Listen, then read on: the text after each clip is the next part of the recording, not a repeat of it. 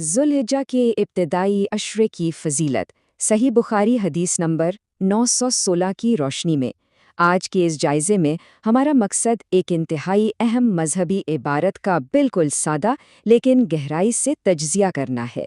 तो चलिए बग़ैर किसी ताख़ीर के सीधे असल मौजू की तरफ चलते हैं। अब ज़रा इस असल दस्तावेज़ पर एक नज़र डालते हैं। इसमें इस्तेमाल होने वाली ये रवायती ख़त्ताती और बाईं जानिब खाने काबा की तस्वीर, ये सब मिलकर फ़ौरन एक ख़ास रूहानी पस मंज़र कायम कर देते हैं, और यही वो मुस्तनद बुनियाद है जिस पर आज की ये पूरी गुफ्तगू खड़ी है। ज़ाहिर है किसी भी मतन को उसकी असल शक्ल में देखने से उसकी तारीख़ी अहमियत का एक अलग ही एहसास होता है।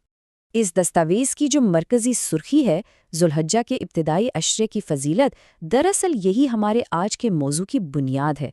ये छोटा सा जुमला वाज़े कर देता है कि बात इस्लामी कैलेंडर के आखिरी महीने यानी ज़ुल्हिज्जा के पहले 10 दिनों की हो रही है।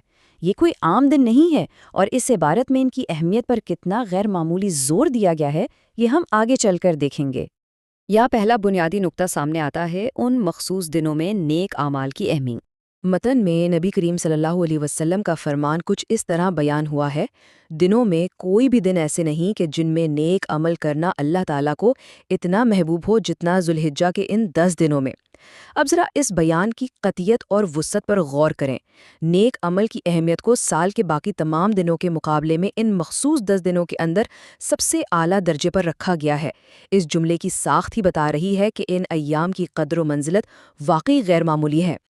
और इस बात पर एक तारीख़ी मुकालमा शुरू होता है जो हमें हमारे दूसरे हिस्से की तरफ ले जाता है, सहाबी का सवाल जो अहमियत का पैमाना तय करता है। हैरत और तजस्सुस के साथ जो सवाल पूछा गया वो वाकई बहुत अहम था। क्या जिहाद फ़ी सबीलिल्लाह भी नहीं? ये सवाल वाज़े तौर पर बताता है कि सुनने वाले इस वक्त कितने हैरान थे। वो जानना चाहते थे कि क्या इस्लाम में इंतहाई आला दर्जे का अमल यानी अल्लाह की राह में जिहाद, इसका मुवाजना भी इन 10 दिनों के नेक आमाल से किया जा सकता है? ये एक ऐसा लम्हा है जो इस बयानिए में ज़बरदस्त तजस्सुस पैदा कर देता है। यहाँ दरअसल दो अजीम तसव्वुरात का आपस में एक शानदार मवाजना किया गया है। एक तरफ ज़ुल्हिज्जा के पहले 10 दिनों के नेक आमाल हैं और दूसरी तरफ अल्लाह की राह में जिहाद। और जवाब में तस्दीक की गई कि हाँ, जिहाद फ़ी सबीलिल्लाह भी नहीं।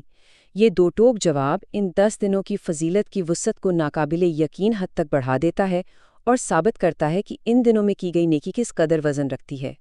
लेकिन बयानिए के आखिरी हिस्से में एक शर्त भी मौजूद है। तीसरा नुक्ता, वाहिद इस्तिस्ना, हतमी कुर्बानी।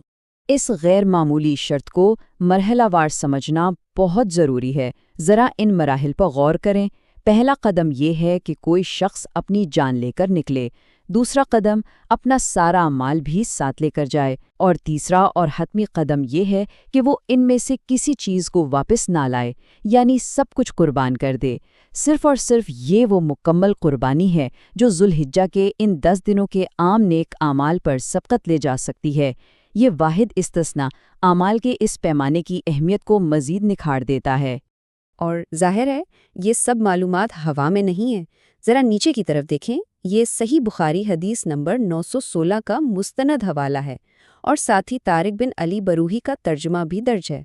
ये इस बात की तस्दीक है कि ये गुफ्तगू किसी मफरूज़े पर नहीं बल्कि एक ठोस तारीख़ी हवाले पर मबनी है, और यही चीज़ इस जायज़े को मुकम्मल तौर पर काबिल एतबार बनाती है।